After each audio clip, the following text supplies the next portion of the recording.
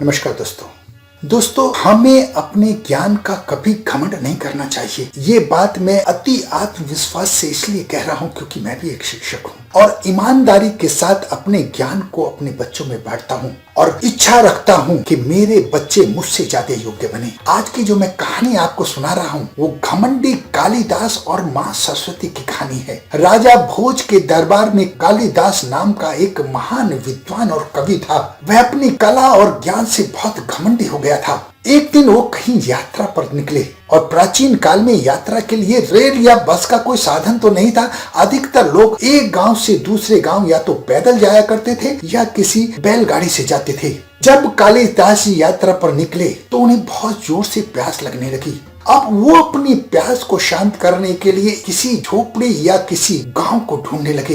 दूर उन्हें एक झोपड़ी दिखाई दी। तब उन्होंने निश्चय किया कि मैं वहां जाकर अपनी प्यास बुझाऊंगा और झोपड़ी में जाकर कालिदास बोले, माते कोई है? मैं प्यासा हूँ, थोड़ा पानी पिला दीजिए, आपका भला होगा। उधर से एक माता जी आई और बोली, मैं तुम्हें जानती भी नहीं हूँ, कृपया अपना परिचय दीजिए, उसके बाद मैं आपको अवश्य पानी पिलाऊंगी। कालिदास बोले, मैं कालिदास हूँ, एक पथिक हूँ, कृपया मुझे पानी पिला दीजिए। इस पर माता जी बोली, तुम पथिक? पथिक कैसे हो सकते हो? पथिक तो इस संसार में सिर्फ दो ही हैं, एक सूर्य और दूसरा चंद्रमा। वो निरंतर चलते रहते हैं, कभी रुकते नहीं हैं। तुम झूठ बोल रहे हो, सत्य बताओ। इस पर कालिदास ने कहा, मैं एक अतिथि हूँ माते, अब तो मुझे पानी पिला दीजिए। इस पर माता जी बोली, तुम अतिथि कैसे हो सकते हो? इस संसार में सिर्फ दो ही अतिथि हैं, पहला धन और दूसरा यौवन। इन्हें जाने में समय नहीं लगता।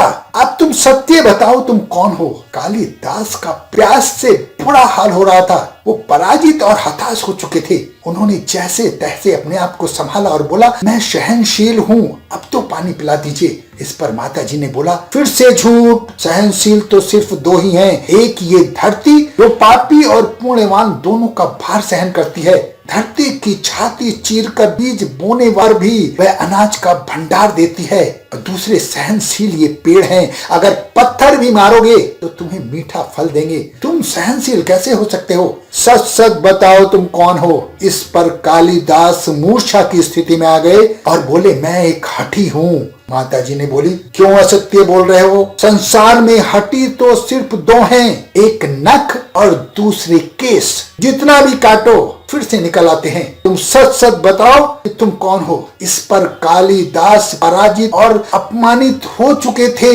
अब वो बोले, मैं मूर्ख हूँ, माता जी मुझे पानी पिला दीजिए। पर माता जी बोली, तुम मूर्ख कैसे हो सकते हो? मूर्ख तो इस संसार में दो ही होते हैं, एक राजा जो बिना योग्यता के शासन करता है और दूसरा उसके दरबार का पंडित जो राजा को खुश करने के लिए गलत बातों को भी सच सिद्ध करने की चेष्टा में लगा रहता है और सदैव राजा का झूठा गुणगान करता है। इस पर कालिदास मूर्छित होकर माता जी के चरणों में गिर पड़े और पानी के लिए याचना करने लगे। तब माता ने कहा, उठो वस्त्र।